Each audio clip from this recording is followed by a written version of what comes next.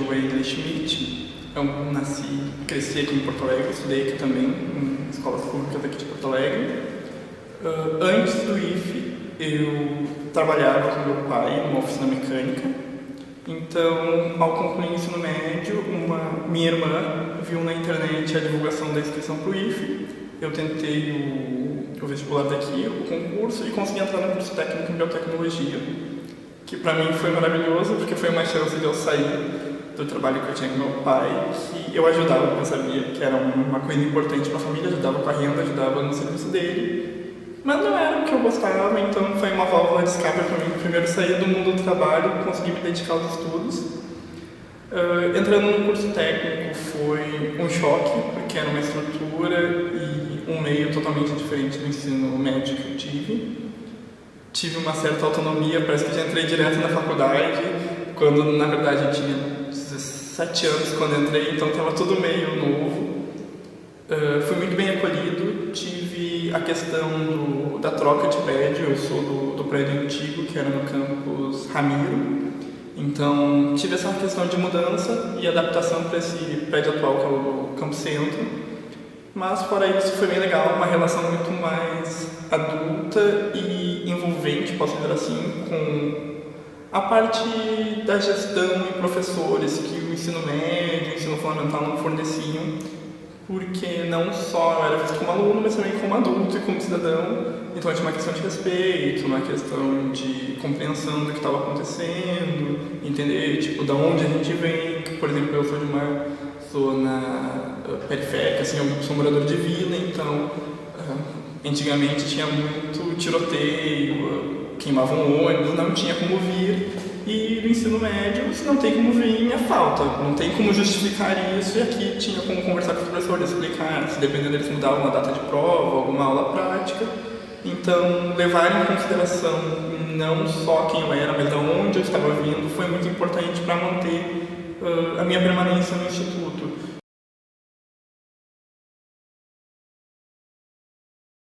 Bom, então, tudo começou lá em 2020, acho que antes mesmo de março, em fevereiro, já estava tendo esses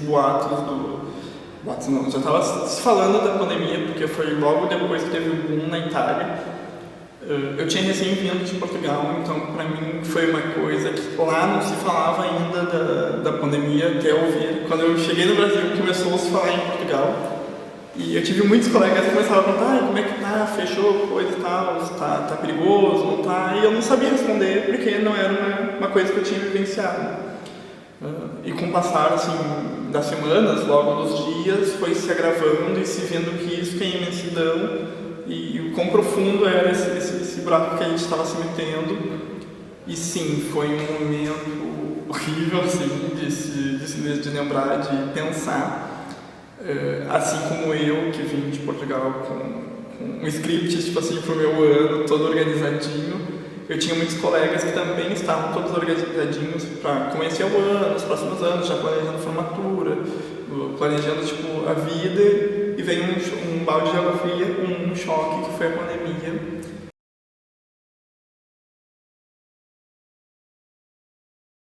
Primeiramente, eu já tinha, assim, participado de muitas coisas no IFE durante o período pré-pandemia.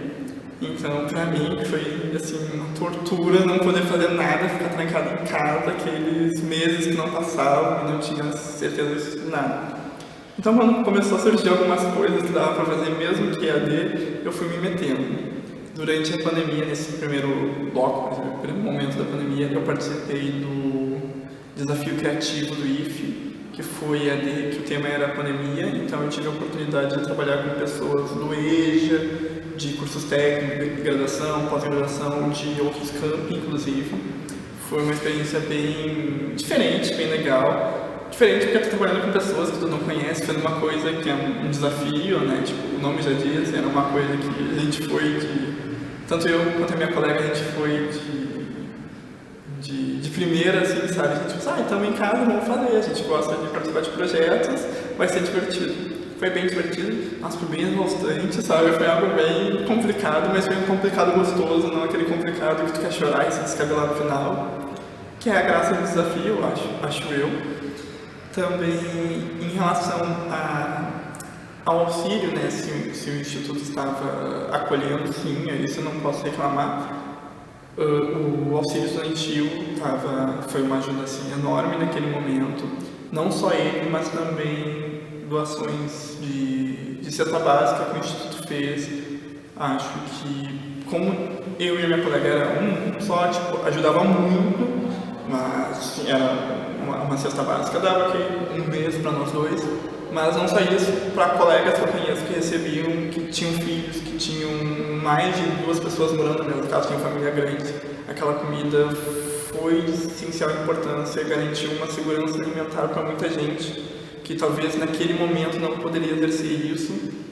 Então foi um ponto extremamente positivo da instituição, que não dava apenas material de alimentício, mas eu me lembro que vinha sempre álcool em gel e, se não me engano, vinha o hipoclorito, né, clorofina, água desentária, para a gente fazer a asepsia das coisas, que também era importante. O acolhimento psicológico que aconteceu, coitada das gurias, eu acho que deviam ter trabalhado mais do que nunca, porque, sinceramente, ninguém estava bem nesse momento, estava todo mundo meio louco, trancado em casa. Então foi importante, eu fui um dos que utilizou, sabe? Era importante ter alguém para conversar, não só, tipo, eu conversava com a minha amiga que morava comigo, a minha colega, mas ter alguém de fora para conversar, alguém profissional para compreender, dar uma ajuda, dar uma help, é bem importante, porque coisas que às vezes parecem enormes são pequenas, sendo visto de uma outra perspectiva.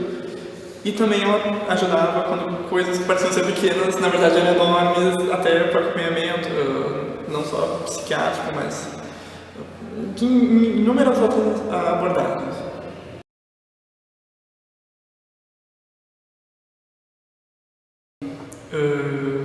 Começando no início, que é antes mesmo da inscrição das APNPs, a gente, quando eu falo a gente, eu digo os estudantes que eu tinha contato pelo menos, a gente estava bem ansioso, porque não sabia que passo estava nosso curso, né, nossa formação. Inclusive algumas perguntas até meio bobas circulavam entre a gente, que a gente não tinha muito bem as respostas, que era tipo, o calendário acadêmico está trancado, mas será que isso conta para o nosso tempo de jubilamento? Umas perguntas tolas, porque a resposta estava na própria pergunta, mas na hora, assim, naquele caos, Deus me acuda, a gente não sabia.